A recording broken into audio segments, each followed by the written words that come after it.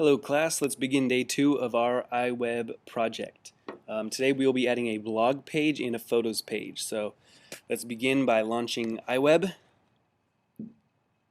and going to your file. Over here mine is called Paul Devoto site.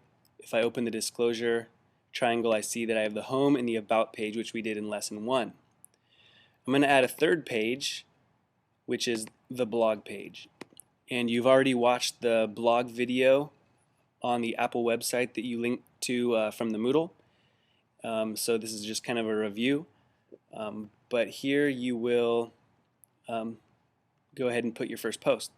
So of course, as I mentioned before, you're going to name it your blog. So this will be for me, Paul Devoto's blog.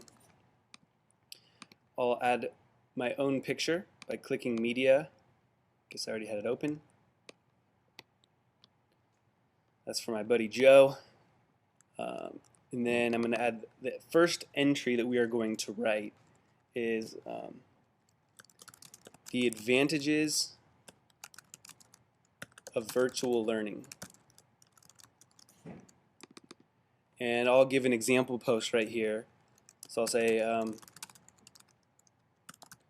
one of the benefits of learning virtually, and of course learning virtually is what you're doing now watching this video, is that we can learn about iWeb from Mr. Devoto when he's not even here.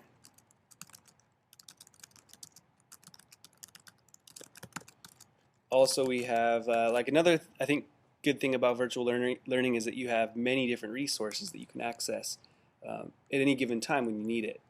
So I'll write it like this. We have access to many helpful resources at the click of a button.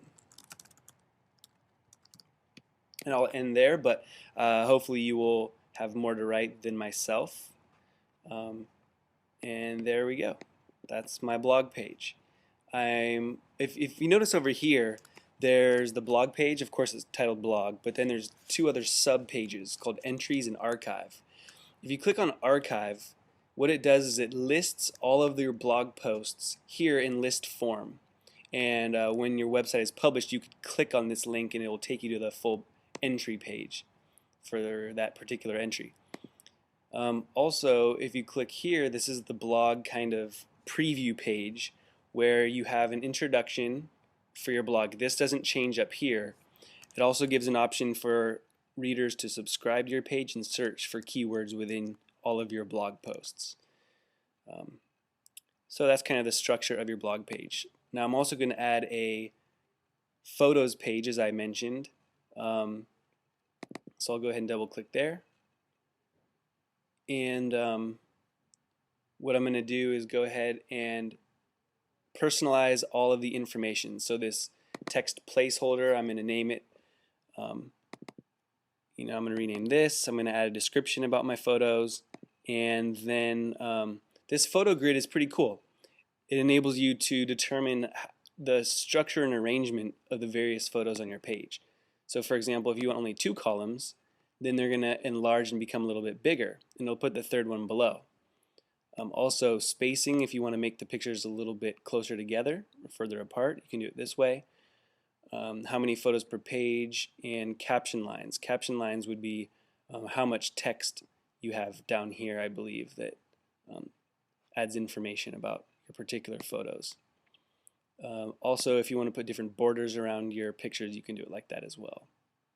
So what I would like you to do with this page is go ahead and add anywhere from 2 to 5 photos of yourself that you have taken either with Photo Booth or a camera and edited using the Fantastic Four in iPhoto. Okay, so once again for today, you are going to add a blog page and do an entry on the question, what are the advantages of virtual learning?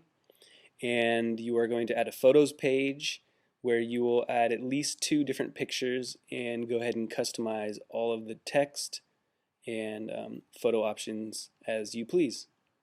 Hope this video was helpful and have a very fun day using iWeb.